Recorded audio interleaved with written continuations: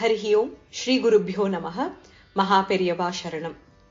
सुन्दरकाण्डं प्रथमः सर्गः समुद्रलङ्घनम् वर्सेस् 1 to 10। ततो रावणनीतायाः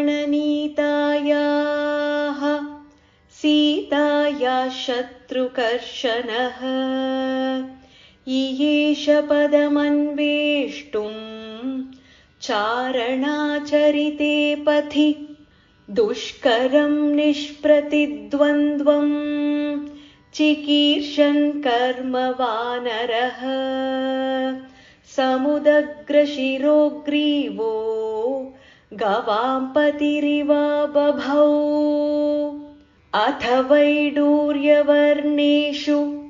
शाद्वलेषु महाबलः धीरः सलिलकल्पेषु विचचार यथा सुखम् द्विजान् वित्रासयन् धीमान् उरसा पादपान् हरन् मृगांश्च सुबाहून् निघ्नन् प्रवृद्ध इव केसरी नीललोहितमाञ्जिष्ठ पत्रवर्णैः सितासितैः स्वभावविहितैश्चित्रैः धातुभिः समलङ्कृतम् कामरूपिभिराविष्टम् अभीक्ष्णं सपरिच्छदैः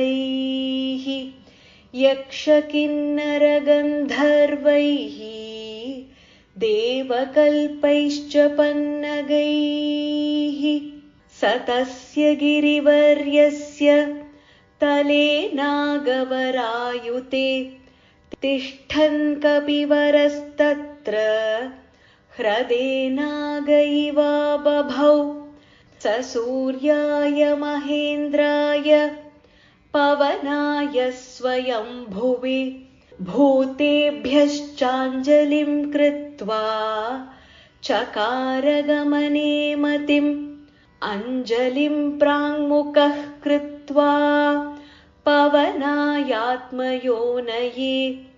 ततो हि ववृधे गन्तुं दक्षिणो दक्षिणां दिशं प्लवङ्गप्रवरैर्दृष्टः प्लवने कृतनिश्चयः ववृधे रामवृद्ध्यर्थं समुद्र इव पर्वसु